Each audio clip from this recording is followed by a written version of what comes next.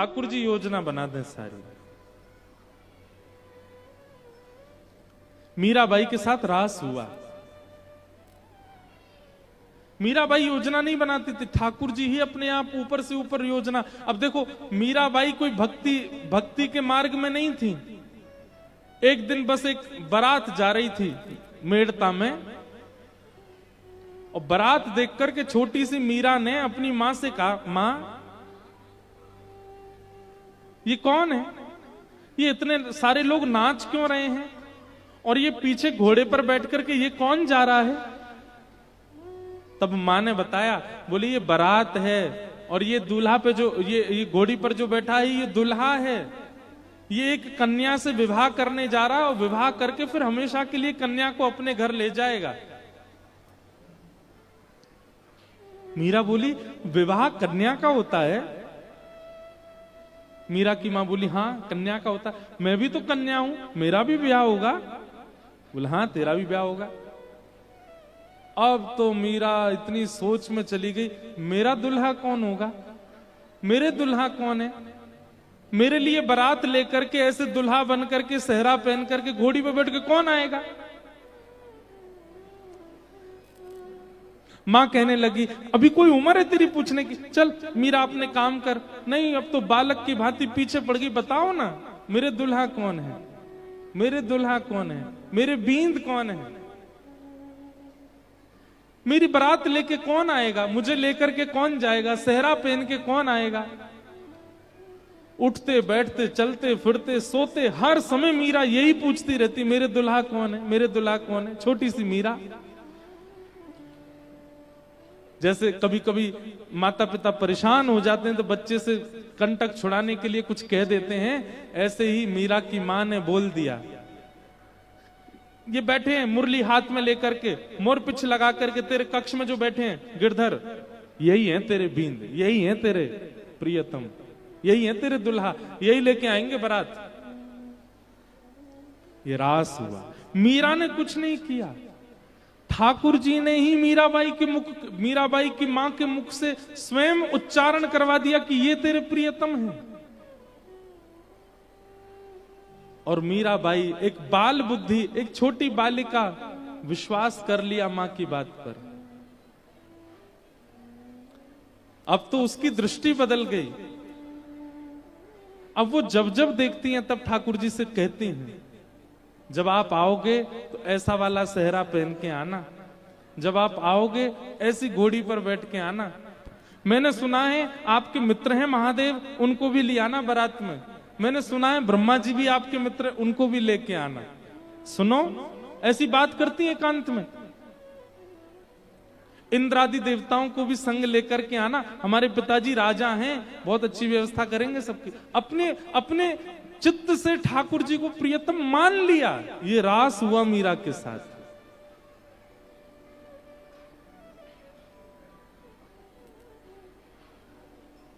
मीरा ने संबंध नहीं बनाया, ठाकुर जी ने बनाया। हम लोग रस में स्थित हैं, हमारी भजन की स्थिति रास में पहुंचे, उसके लिए कथा सुन रहे हैं।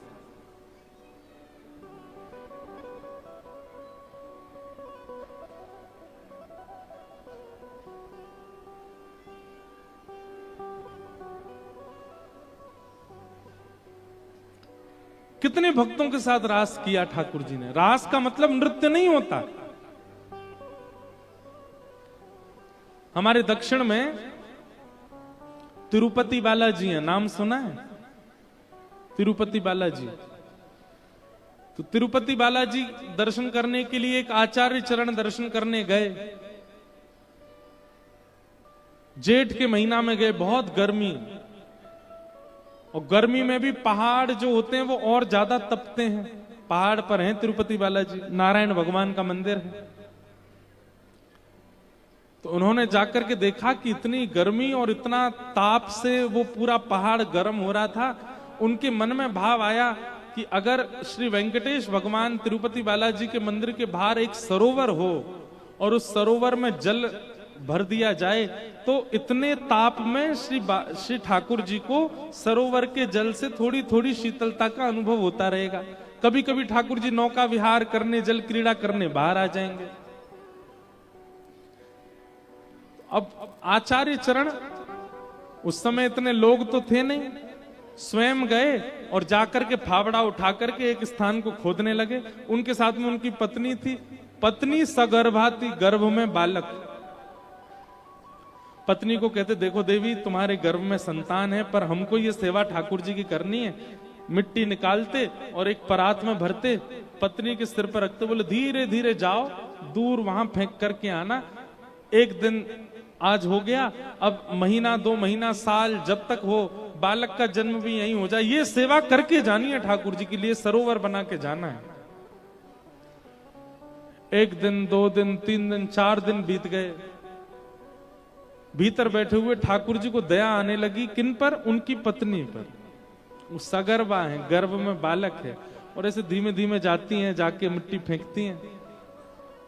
सो ठाकुर जी एक छोटे से ग्वारिया का रूप धारण करके आ गए, और ग्वारिया का रूप धारण करके आए। जैसे ही वो माता जी मिट्टी डालने के लिए आई, ठाकुर जी उनसे बोले, सुनिए, मैं दौड़ने में बहुत निपुण हूं। आपके पतिदेव अगर देख लेंगे कि मैं सेवा करा रहा हूं तो नाराज हो जाएंगे, आप उनको मत बताना, पर आप वहां से मिट्टी लेके थोड़ी आगे आना, वहां से मुझे दे देना, मैं तुरंत डाल के आ जाया करूंगा। बोली ठीक है। इतने सुंदर सुकोमल ठाकुर जी, ऊंची सी धोती, महाराज कमर में फेंटा बांध करके आ गए। अब वो महापुरुष मिट्टी खोदें, एक परात में डालें, पत्नी को दें, पत्नी नेक आगे जाए, सो ठाकुर जी दौड़ के आमे लाइए, और सिर पर धर करके तुरंत दौड़ के जामे, डाल करके परात ला के उनको दे दें।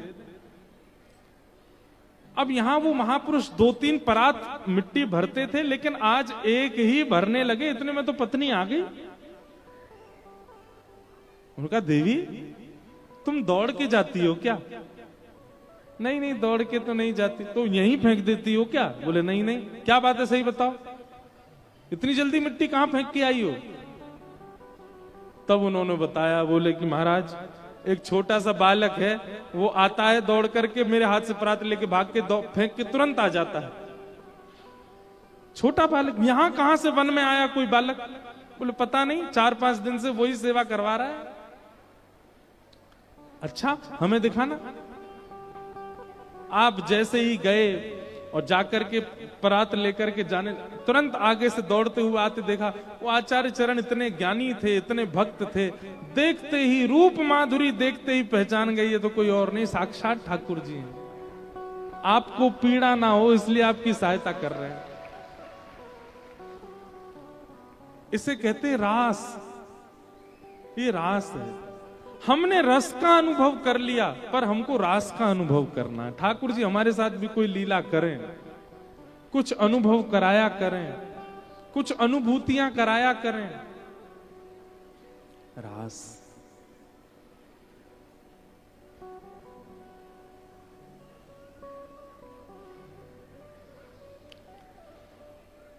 तो रस तो है, पर रास भी हो।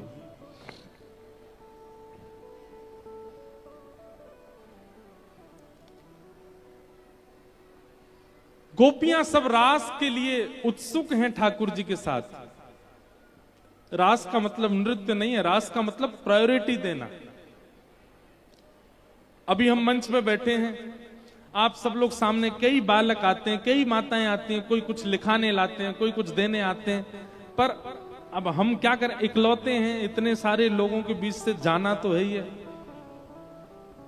कल परसों एक माता जी ने उंगली मोड़ दी इतनी जोर से कि महाराज रात भर दर्द रहा।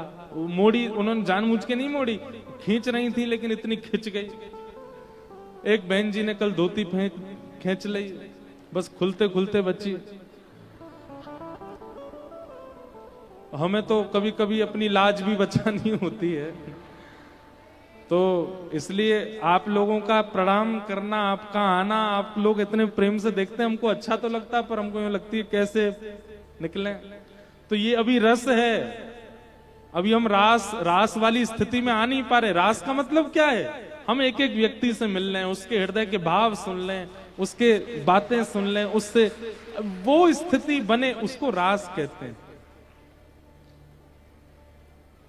एक एक व्यक्ति को जब प्रायोरिटी दी जाती है उसको रास कहा जाता है। हम ठाकुर जी से रास की इच्छा कर रहे हैं, रस तो ठाकुर जी दे रहे हो, अब रास दो, और वही रास की कथा है। भगवान ने अनेक वर्षों की तपस्या के बाद दंडकारण्य वन के जो संत हैं वे ही गोपी बन करके आए, और उनकी तपस्या के फल के रूप में आज ठाकुर जी उनके साथ रास विहार करने वाले। ये ब्रज की गोपियां कोई सामान्य स्त्रियां नहीं है, ये दंडकारण्य वन के संत हैं।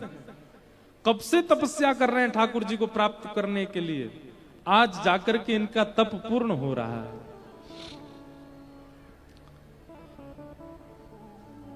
भगवान ने पहले ही कह दिया था शरद पूर्णिमा की रात्रि को हम रास विहार करेंगे। एक बात बताएं, शरद पूर्णिमा ही क्यों चुनी ठाकुर जी ने? इधर देखो, इधर देखो, इधर देखो, शरद पूर्णिमा ही क्यों चुनी? क्योंकि पुष्प वाटिका में राम जी ने जो सीता जी का प्रथम दर्शन किया था उस दिन शरद पूर्णिमा ही थी, और प्रथम दर्शन श्री जानकी जी का जिस दिन हुआ उसी दिवस को कृष्णावतार में पुनः याद करने के लिए, उसी दिवस को पुनः स्मरण करने के लिए, उस दिवस को पूरे संसार को प्रेम दिवस के रूप में प्रदान करने के लिए ठाकुर जी ने रास विहार किया। हमारी सीता जी से पहला मिलन राम जी का शरद पूर्णिमा को ही हुआ था, जब वशिष्ठ जी के साथ में दोनों राम लक्ष्मण गए थे जनकपुर और पुष्प वाटिका में भ्रमण कर रहे थे, उस दिन शरद पूर्णिमा ही थी। इसीलिए ठाकुर जी ने कृष्णावतार में गोपियों के, अच्छा उसमें देखो एक भाव आता है, रामावतार में ठाकुर जी एक पत्नी व्रती हैं। राम जी के रूप को देख करके सीता जी और सीता जी के संग आई हुई जितनी भी सखियां थीं, वास्तव में तो सबने ही राम जी को पति रूप में देख लिया था वहीं पर ही। राम जी तो सब जानते हैं, राम जी ने जैसे ही देखा बोले अरे राम राम राम जी क्या होगा, हम मर्यादा पुरुषोत्तम हैं, ये तो सब हमको पति रूप में देख रही हैं। तब राम जी ने मनी मन सभी सखियों के चित्त में ये आदेश किया, आप चिंता ना करें, अभी तो हम मर्यादा पुरुषोत्तम हैं, हम केवल जानकी जी का वर्ण करेंगे, पर द्वापर में हम लीला पुरुषोत्तम बन करके आएंगे, और हम वचन देते हैं आप सब सखियां, सीता जी हमारी जो हैं यही जानकी जी ही किशोरी जी के रूप में आएंगी, और इनकी सब सखियां गोपियों के रूप में आप आओगी, और आपके साथ साथ दंडकारण्य वन के संत भी सब गोपी बन करके आएंगे, और तब हम लीला पुरुषोत्तम कृष्ण रूप धारण करके आएंगे, और जो सुख श्री सीता जी को आज प्राप्त हो रहा है वो सुख हम आप सबको प्रदान करेंगे इसी तिथि को, शरद पूर्णिमा को। इसलिए ठाकुर जी ने शरद पूर्णिमा को चुना। बहुत भाव है। अब यहां एक भाव और आता है कि जड़ चेतन सब ठाकुर जी को मानते हैं, केवल मानव ही ठाकुर जी को प्रियतम मानता है, नहीं। भागवत जी में वेणु गीत में वर्णन है कि जब श्याम सुंदर चलते हैं ना, श्री राम कृष्ण स्पर्श प्रमोद, ठाकुर जी के चरण के स्पर्श से गिरिराज जी में सुंदर सुंदर वृक्ष प्रकट होने लग जाते हैं, सुंदर सुंदर पुष्प प्रकट होने लग जाते हैं। ठाकुर जी जिस गली से निकलते हैं, जिस वन में जाते हैं, वहां के वृक्ष अपने आप झुक जाते हैं, उनमें पुष्प नहीं होते, फल नहीं होते, फिर भी वे जबरदस्ती पुष्प और फल प्रकट कर देते हैं कि ठाकुर जी एक बार हमारी ओर देख लें या हमारे पुष्प को स्वीकार कर लें, हमारे फल। कहने का मतलब जड़ भी ठाकुर जी से प्रेम करते हैं। वृंदावन में रास विहार करने वाली असंख्य गोपियां, ये सब वेद की ऋचाएं हैं, ये सब संत हैं, ये सब ऋषि हैं, ये सब दंडकारण्य वन के जड़ वृक्ष भी हैं, सब गोपी बन के आए हैं ठाकुर जी को प्राप्त करने के लिए। रास की चर्चा बड़ी अद्भुत है।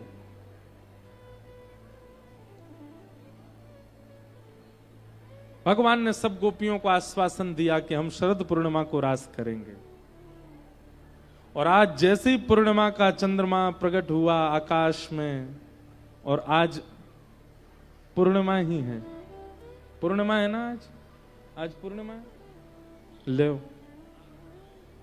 अपने आप ही आ गई पूर्णिमा। पर आप सब गोपियों की नहीं, जे नहीं पता पूर्णिमा तो है आज। जैसे ही चंद्रमा प्रकट हुए सब गोपियां व्याकुल हो गईं। अरे ये तो वही तिथि है जिस तिथि में कन्हैया ने मिलने का आश्वासन दिया था। सब गोपियां अपने अपने कार्य कर रही हैं पर मन सबका चंद्रमा की ओर है और सब प्रतीक्षा कर रही हैं कि एक बार और श्याम सुंदर कैसे भी करके हमें अपने पास बुला लें। इतने में ही ठाकुर जी वन में गए और कदम वृक्ष के नीचे बैठ करके जैसे ही वेणु का नाद किया। देखो एक बात सुनिएगा, वंशी, मुरली और वेणु, इनमें वंशी कौन है, मुरली कौन है और वेणु कौन है? ध्यान से सुनिएगा बहुत।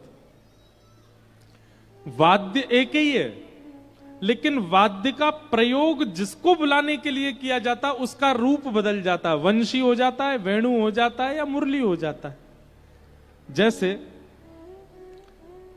ठाकुर जी को अगर किसी को अपना बनाना होता है, जैसे कोई ठाकुर जी को जानता नहीं है, ठाकुर जी को देखा नहीं है, लेकिन ठाकुर जी चाहते हैं कि ये कैसे करके मेरो है जाए, उसके लिए ठाकुर जी मुरली बजाते हैं। जैसे किसके लिए बजाई? रसखान। रसखान को क्या मतलब? उसका कुल खानदान परिवार दूर दूर तक ठाकुर जी से कोई संबंध नहीं, लेकिन ठाकुर जी ने उसके लिए मुरली बजाई। जो रसखान दूसरे समाज के, जिनके कुल खानदान में दूर दूर तक ठाकुर जी की कोई चर्चा नहीं, उनको वृंदावन में बसा दिया ठाकुर जी ने। क्यों? उनको मुरली सुनाई दी। जो मनोहर रूप धारण करके हमारे मन का हरण करे वो मुरली। ताज बेगम, उनको ठाकुर जी ने मुरली सुनाई। हमारे मदन मोहन जी के परम भक्त श्री काले खां, उनको ठाकुर जी ने मुरली सुनाई। जिनका दूर दूर तक कोई संबंध नहीं ठाकुर जी से, जिनके कुल खानदान में कोई ठाकुर जी का भक्त नहीं, प्रहलाद, उनके लिए ठाकुर जी ने मुरली बजाई।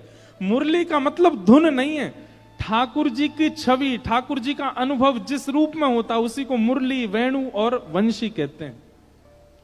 अब यहां बैठे इतने लोग हैं, मेरे द्वारा सुनाई गई कथा को आप किस रूप में सुन रहे हो, उससे अनुमान लगेगा कि आप मुरली सुन रहे हो, वंशी सुन रहे हो कि वेणी सुन रहे हो। मेरे द्वारा कही गई कथा आपको कैसी सुनाई दे रही है? कृष्ण नाम के एक देवता हैं, उन्होंने गोपियों के संग रास विहार किया था, वृंदावन में जन्मे थे, कंस को मारने के लिए आए थे। केवल एक सामान्य बाह्य परकोटे की बातें आपको समझ आ रही हैं, तो इसका मतलब आप वंशी सुन रहे हो। लेकिन आप बाह्य परकोटे की बातें जानते थे, लेकिन यहां बैठकर के आपको अलग अनुभव होने लगा। अब तक आप कृष्ण को देवता मानते थे, पर आप उनको परमात्मा के रूप में देखते हुए अब अपना मानने लगे, तो आप मुरली सुन रहे हो। आपकी सुनने की स्थिति से पता चलता है कि वेणु, मुरली या वंशी क्या सुन रहे। तो मुरली किसके लिए बजती है? जिसको ठाकुर जी को खींचना हो। यह कथा सुन के आज 6वां दिन है, विश्राम दिवस है। आज के बाद जिसके जीवन में परिवर्तन आना शुरू हो जाए, समझ जाना उसने मुरली सुनी थी। अब वंशी, वंशी किसको सुनाई देती है? जो पहले से ही ठाकुर जी को जानते हैं, बहुत प्रेम करते हैं, जिनका जीवन समर्पित हो चुका है ठाकुर जी के लिए, जो नित्य तिलक लगाते हैं, नित्य एकादशी रखते हैं, नित्य कंठी पहनते हैं, नित्य नियमों का पालन करते हैं। उनको पता है हम चाहे ऊना रहें, पंजाब रहें, हिमाचल रहें, हम ठाकुर जी के हैं। वो वक्ता के द्वारा रसमयी बात कही जाए चाहे नीरस बात कही जाए, सबको ध्यानपूर्वक सुनते हैं, क्योंकि वो ठाकुर जी के हो चुके हैं। उनको वंशी सुनाई दे रही है। और वेणु, जिसको सुनने के बाद आप रुक ना पाओ, जिसको सुनने के बाद आप बैठ ना पाओ, जिसको सुनने के बाद आप सब भूल जाओ और आपका वश ना रहे अपने पर, तुरंत दौड़ने लगो। वृंदावन जिस दिशा में उस दिशा में दौड़ने लगे। ना तन की स्थिति रहे, ना धन की स्थिति रहे, ना लोक लाज मर्याद कुल किसी का भी स्मरण ना रहे। बस कृष्ण चाहिए, उनकी प्राप्ति करनी है, बस अब वृंदावन जाना है, उनसे मिलना है, वही मेरे सर्वस्व हैं। ऐसी स्थिति बन जाए तो आप वेणु सुन रहे हैं। बहुत कम बन पाती है। एक और बात, मुरली ठाकुर जी ऐसे बजाते हैं, अधरों से हाथ नीचे। वेणु ऐसी तिरछी होगी, ठाकुर जी मुरली बजाते हैं। वंशी ठाकुर जी ऐसे बजाते हैं, बिल्कुल जहां अधर हैं वहीं हस्त कमल, और जहां मुखमंडल श्री जी की ओर झुक जाए और दोनों हस्त कमल ऊपर को हो जाएं, ये वेणु है। आपको वेणु गोपाल ठाकुर जी के दर्शन बहुत कम होंगे जहां मुखमंडल ऐसे झुका हो और दोनों, वहां नेत्र भी ठाकुर जी के बंद हो जाते हैं, क्योंकि अत्यंत रस में डूब करके ठाकुर जी बजाते हैं। तो मुरली मनोहर लाल, वंशी बिहारी लाल और वेणु गोपाल, ये तीन ठाकुर जी के स्वरूप हैं। वंशी एक ही है, पर किस किस के लिए कैसे बजानी है वो ठाकुर जी के प्रकार अलग हैं। श्री राधारमण लाल जी बताओ क्या बजाते हैं? श्री राधारमण लाल जी मुरली मनोहर है, उनके हस्त कमल थोड़े थोड़े नीचे हैं और अधर ऊपर है, ऐसे बजा रहे हैं श्री राधारमण। हाथ थोड़े से नीचे हैं, अगर देख लेना, दर्शन करना। बिहारी जी, उनके हाथ बिल्कुल ऐसे सीधे हैं, यूं हैं, दोनों हाथ बराबर में। ये क्या बजा रहे हैं? वंशी बजा रहे हैं। बिल्कुल जहां अधर हैं वहीं हस्तकमल होंगे। और वेणु गोपाल जो हैं, इधर की तरफ मुख करके अधर, इसका स्वरूप प्रकट रूप में वृंदावन में कहीं नहीं है, पर हां किसी का भाव प्रगाढ़ होगा तो एक दिन श्री राधारमण जी के ही हस्त कमल ऊपर को दिखने लग जाएंगे, एक दिन बिहारी जी के ही हस्त कमल ऊपर को दिखने लग जाएंगे। जिस दिन ठाकुर जी के श्रृंगार में आपको यह अनुभव हो, जाके अब की देखना, बिहारी जी के हाथ नीचे दिख रहे हैं कि ऊपर हैं, राधा वल्लभ जी नीचे हैं कि ऊपर हैं, राधा, जिस दिन ये हस्त कमल नीचे से आपको एक क्षण के लिए लगे कि नहीं ऊपर की ओर हैं, अधर से ऊपर हैं, समझ जाना अब ठाकुर जी वेणु बजा रहे हैं और आप रास के प्रवेश के लिए अधिकारी बन चुके हो। हमारे ब्रज साहित्य के, ब्रज के रसिक जन इन सब भावों को बड़े अच्छे से बताते हैं, एक एक विषय को। एक क्षण के लिए ठाकुर जी के अधर से ऊपर यदि हस्त कमल का दर्शन हो जाए तो समझ जाना अब वेणु बज रही है और आप रास के अधिकारी हो चुके हो। जब तक ये हस्त कमल नीचे हैं तो समझो अभी वंशी बजा रहे हैं, अभी मुरली बजा रहे हैं, अभी ठाकुर जी और खींचवे को प्रयास कर रहे हैं आपको अपनी ओर। लेकिन जब पूर्ण रूपेण खिंच जाओगे तो वेणु गोपाल हो जाएंगे। और वेणु जब बजेगी, जगऊ कलम वाम दृशाम मनोहरम, फिर रास होगा। और रास में जैसे गोपियां पहुंची हैं वैसे ही आप पहुंचोगे, रोक नहीं पाओगे स्वयं को। जैसे मीरा पहुंची है वैसे ही पहुंचोगे, जैसे करमेती बाई पहुंची है, जैसे रसखान पहुंचे हैं वैसे ही पहुंचोगे। तो यह भी एक नियम है कि मुरली मनोहर ठाकुर जी जिस दिन वेणु गोपाल के रूप में दिख जाएं तब समझो कि आपका भजन सार्थक है, आपका भजन लग रहा है। लेकिन अगर वेणु गोपाल दिख जाएं तो ढिंडोरा मत पीटना। आजकल भक्तों में एक बहुत बड़ी कमी है, तुरंत गा देते हैं सब जगह। कुछ नहीं तो ऊना से 15-20 लोगों को लेके गए और बिहारी जी में जाके पहले से डिसाइड करके देखेंगे हाथ ऊपर है कि नीचे, महाराज जी बोल रहे थे। और कई लोग उनमें से ऐसे, कहां दिखे? हमें तो नीचे ही दिखे। एक बोले नहीं मेरे तो बिल्कुल ऊपर थे, यहां थे, मैं वेणु सुन ली मैंने, अब तो मैं रास में जाऊंगी सीधी।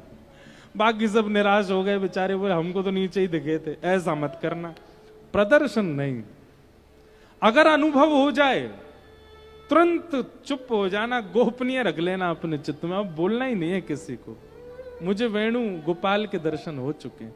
वेणु गोपाल मतलब रास बिहारी, और रास बिहारी ठाकुर जी के दर्शन गोपी को ही होंगे, सबको नहीं।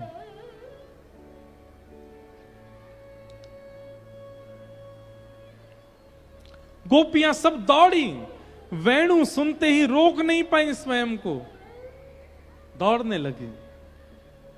जैसे ही पहुंची भगवान ने सबका स्वागत किया, पतिव्रता नारी के धर्म समझाने लगे, सबको वापस भेजने के लिए भगवान कई कई उपाय बताने लगे कि ये सब सुन सुना के थोड़ी डर जाएं, वापस चली जाएं। पर गोपियां डरने वालों में से नहीं थी। ठाकुर जी डरा रहे थे, वो तुम्हारा पतिव्रता धर्म टूट गया, अरे राम राम राम राम, अपने सास ससुर पति सबको छोड़ के आ गए। एक छोटे से बालक को मिलने के लिए आई हो, कितना जघन्य पाप कर रही हो। ठाकुर जी ने खूब भयभीत कराया, पर गोपियां नहीं डरी। 10 श्लोक भगवान ने कहे, तब गोपियां प्रणय गीत गाती हैं। मैवं भिवोर्हति भवान गदितुम नृशंसम् संत्यज्य सर्व विषयांस्तव पादमूलम् भक्ता भजस्व दुर्वग्रहमात्यजास्मान् देवो यथादि पुरुषो भजते मुमुक्षु। हे नाथ, बहुत सुंदर है प्रणय गीत। कभी वृंदावन में, और वैसे तो अब समय नहीं मिल पाता है, लेकिन कभी अकिंचन सत्र एक करेंगे और उसमें वेणु गीत, ये प्रणय गीत, बहुत अंतरंग चर्चा है, सबके समझ में आने वाली बातें नहीं है।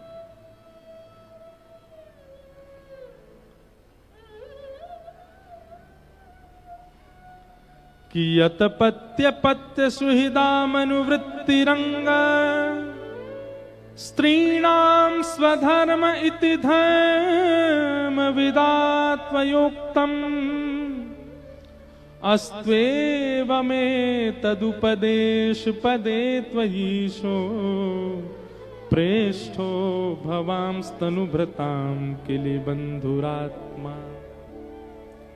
गोपियां कहती हैं, बोले नाथ आपने बहुत सुंदर प्रवचन किया स्त्री धर्म का, पर आपके द्वारा स्त्री धर्म का प्रवचन सुनकर के हमको ऐसा लगा कि कहीं आपको ऐसा लगता है कि हम स्त्री धर्म जानती नहीं है।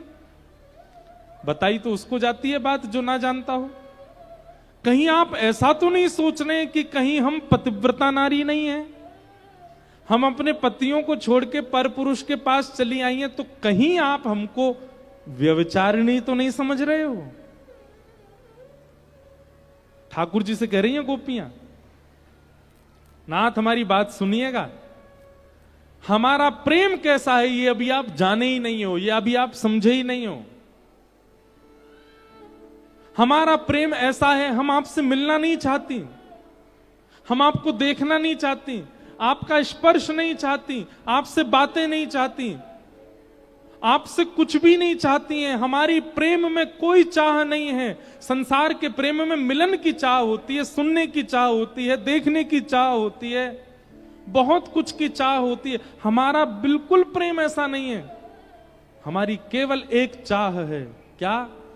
एक बार आप केवल अपने मुख से कह दो कि हमको आपने स्वीकार कर लिया, उसके बाद जीवन भर हमारी तरफ देखना भी मत, हम ऐसे ही जी लेंगे। ऐसा हमारा प्रेम है। हम बस चाहती हैं सुनना कि आपने हमको स्वीकार कर लिया है, आप हमें अपना चुके हो, आप हमारे प्रेम को स्वीकार कर चुके हो। बस ये कह दीजिए, और ये कहने के बाद आप जीवन भर के लिए हमें अकेला छोड़ दीजिए। श्री चैतन्य महाप्रभु का एक ग्रंथ का एक बहुत सुंदर श्लोक है, मुझे याद नहीं है, उसमें गोपियां कहती हैं, फिर चाहे हमें कभी मत देखना, चाहे हमारी दी हुई वस्तुओं को भी आप स्वीकार मत करना, चाहे कभी हमारी प्रशंसा मत करना, हमें सब स्वीकार है, क्योंकि हमारा प्रेम इन सब भावों में व्यवस्थित है ही नहीं। हमारा तो प्रेम केवल इतना है, ये सुनने आई है आपसे कि आपने हमको स्वीकार कर लिया, बता दीजिए, हम चली जाएंगी लौट करके, फिर कभी नहीं आएंगे। उसी भाव में हम, ये सुनने में जितना आसान लग रहा है ना, उतना ही कठिन है। हमारे अंदर प्रेम प्रकट ही इसी भाव से होता है कि प्राप्त करना है, लेकिन गोपियों के चित्त का प्रेम इस भाव से प्रकट है कि भले ही प्राप्त ना हो, बस एक बार स्वीकारी। और कहां तक है, अंत में तो गोपियां ये भी कहती हैं, स्वीकार भी मत करो, छोड़ के चले जाओ। पर हमारा प्रेम तो सदा ऐसे ही रहेगा आपके प्रति। एक विलग चर्चा है, ये ऐसा प्रेम संसार में नहीं देख सकते आप कभी भी। गोपियों के उस प्रेम भाव को सुनकर के ठाकुर जी अत्यंत प्रसन्न हो गए और भगवान बोले, अरे अरे अरे, हम तो आपकी परीक्षा ले रहे थे, चलो अब रास विहार करते हैं। भगवान ने रास विहार करना प्रारंभ किया। एक एक गोपी के पास अकेले श्याम सुंदर भ्रमण कर रहे हैं, पर गोपियों के चित्त में मान आ गया। आप लोग हमसे पूछेंगे, महाराज जी कहां इतना निस्वार्थ प्रेम प्रकट करने वाली गोपियां और अचानक से कथा बदल जाती है कि गोपियों के चित्त में मान आ गया। हमें तो लगा था कि ये गोपियां मान रहित होंगी, इनके चित्त में कोई दोष नहीं होगा, तभी ठाकुर जी इनको स्वीकार कर रहे हैं। ठाकुर जी ने स्वीकार कर लिया, उसके बाद मान आ गया। ये किस बात का प्रमाण है? गोपियों के चित्त में मान शिक्षात्मक रूप से आया। ध्यान से सुनिएगा सब लोग। कई बार छोटा बच्चा होता है ना, उसको मां बोलती है उधर नहीं जाओ, उधर नहीं जाओ, वो बालक नहीं मानता, तो मां क्या करती है, उस बालक को दिखाते हुए खुद जाती है और खुद जाकर के वहां किसी वस्तु को छू के फिर ऐसे करती है, हो लग गई लग गई लग गई लग गई, तो फिर बालक डर जाता है, बोलो यहां मुझे नहीं जाना, मां को यहां पीड़ा हुई है। ठीक वैसे इसको कहते हैं शिक्षात्मक लीला। गोपियों के चित्त में मान आया नहीं है, ये शिक्षा के लिए गोपियां कर रही हैं, हम लोगों को समझाने के लिए। क्या कि भाई ठाकुर जी अगर आ गए और आप बिना गुरु कृपा, बिना गुरु आज्ञा माने अगर ठाकुर जी को प्राप्त कर लोगे तो आपके चित्त में मान आ जाएगा कि मैंने ठाकुर जी को प्राप्त कर लिया। इसलिए गुरु आज्ञा, गुरु शिक्षा, गुरु निर्देशों का पालन करते ही जाइएगा ठाकुर जी के पास। गोपियां बोली हम बिना गुरु आज्ञा, बिना गुरु निर्देश, बिना गुरु इच्छा की हम चली आई हैं, इसलिए हमें मान आया। ये गोपियों को नहीं आया है, हमको शिक्षा देने के लिए आया है। आप मत जाना। अब यहां गुरु दीक्षा लेने की भी बात कह दूं तो कोई अतिशयोक्ति नहीं, पर गुरु दीक्षा से ज्यादा गुरु दिशा, गुरु आज्ञा मान के, गुरु दिशा लेकर, गुरु की कृपा मान करके तब ठाकुर जी के सानिध्य में जाओगे तो मान नहीं आएगा। नहीं तो आजकल सोशल मीडिया पे लोग अपने घर के ठाकुर जी के मुंह में चम्मच लगा देते हैं दूध की और वीडियो बना, देखो हमारे ठाकुर जी गोपाल जी दूध पी गए, दूध पी गए। मान आ जाता है। हमारे ठाकुर जी तो ऐसे दूध पी लेते हैं। ये मान क्यों आता है भक्ति में? बिना गुरु निर्देशन, बिना गुरु शिक्षा के अगर जाओगे तो मान आएगा। ये गोपियां शिक्षा दे रही हैं हमको। ठाकुर जी जैसे अंतर ध्यान हुए, मान आ गया गोपियों को, ठाकुर जी अंतर ध्यान हो गए, तब गोपियों ने कहा अब गुरु शरण जाओ। और गुरु कौन है? श्री किशोरी जी। तब किशोरी जी की शरण में सब गोपियां गईं। हा नाथ रमण प्रेष्ठ क्वासी क्वा